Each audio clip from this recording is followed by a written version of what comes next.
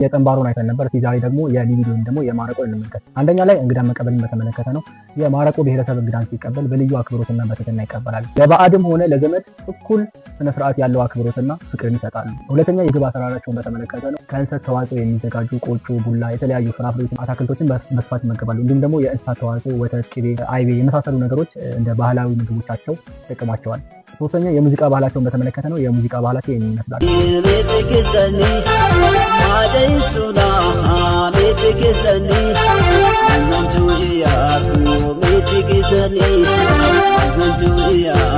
አራተኛ ደግሞ አለባበስ ባህላቸውን በተመለከተ ነው። የአለባበስ ባህላቸው ፎቶ ላይ እንደምትመለከቱት ነው። አምስተኛ ሃይማኖትን በተመለከተ ነው። የማረቆ ብሔረሰብ በአብዛኛው የእስልምና እምነት ተከታዮች ናቸው። ነገር ግን አንዳንድ የኢትዮጵያ ኦርቶዶክስ ተዋሕዶ እምነት ተከታዮችን በዞኑ ላይ ይገኛሉ። ስድስተኛ የጋብቻ ባህላቸውን በተመለከተ ነው። የማረቆ ብሔረሰብ ጋብቻን ሲያካሂድ በወላጆችና በሽማግሌዎች ፈቃድ የሚያደርግ ሲሆን ማግባትና ልጅን ወልዶ ማሳደግ እንደ ልዩ ክብር ይቆጥራሉ።